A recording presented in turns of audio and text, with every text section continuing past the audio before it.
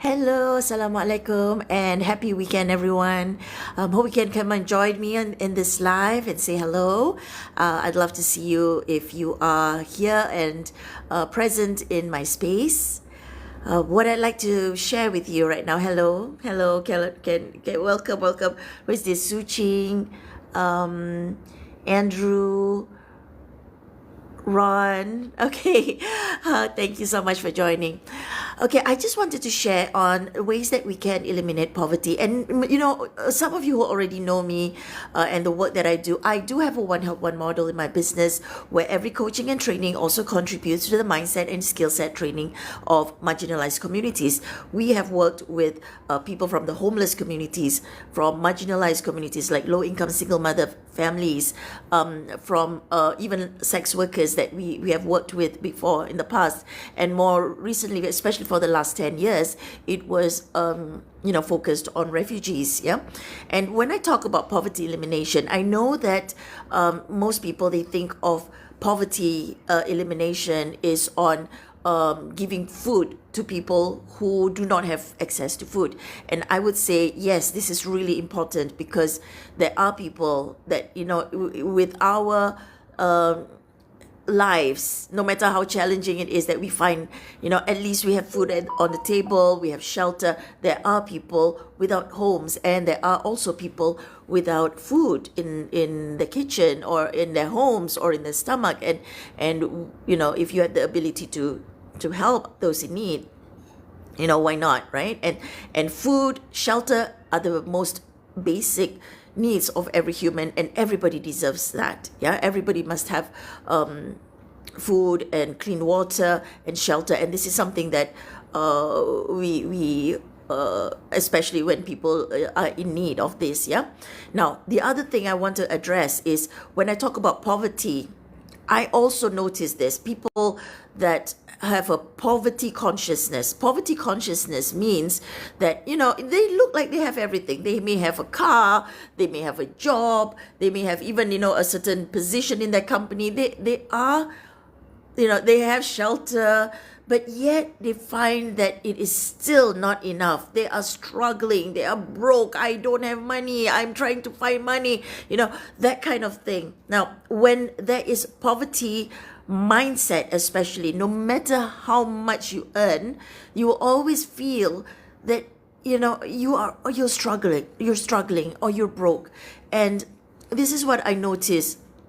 A lot of people, especially in the world that we are living in right now, is so much focused on the negativities, like focus on things that they do not have instead of focusing on things that they do have and be really grateful for that. Yeah.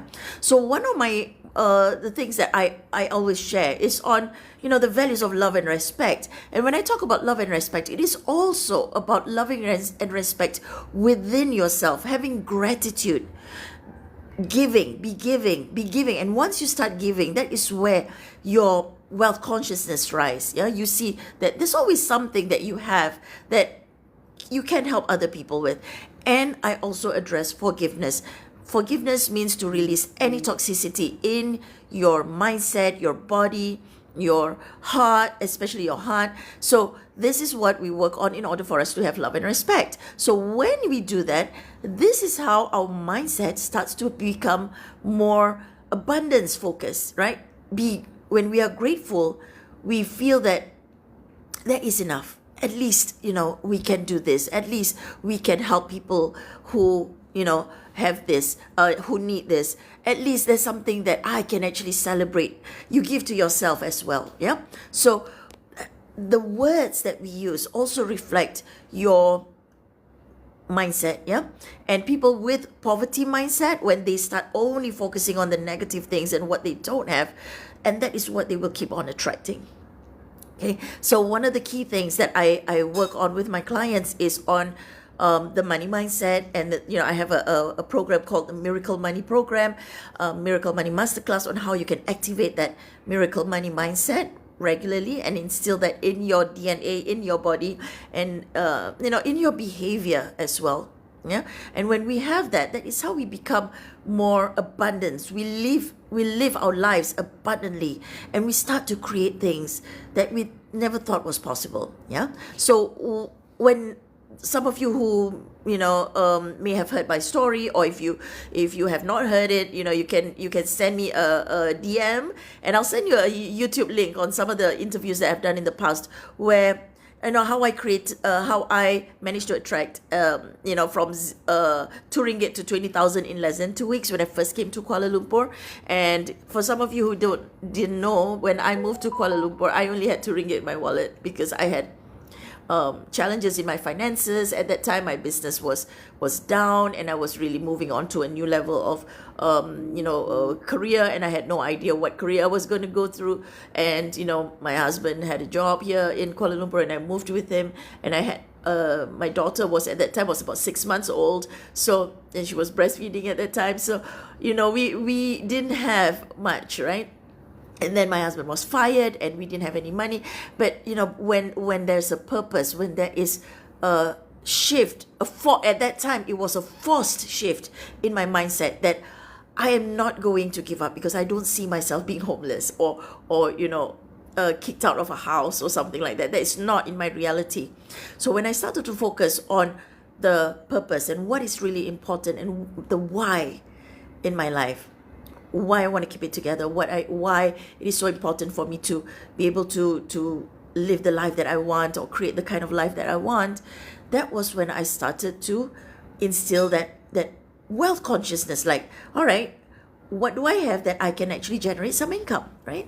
And that is one of the ways for us to come out of that poverty mindset. And that is one important way of how we can eliminate poverty. Yeah. And that is something that I highly encourage each and every one of you. Focus on possibilities.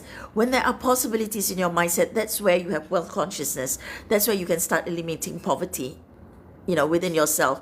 Most important is, work on yourself so you can help other people, and you can do more, you can attract more, right?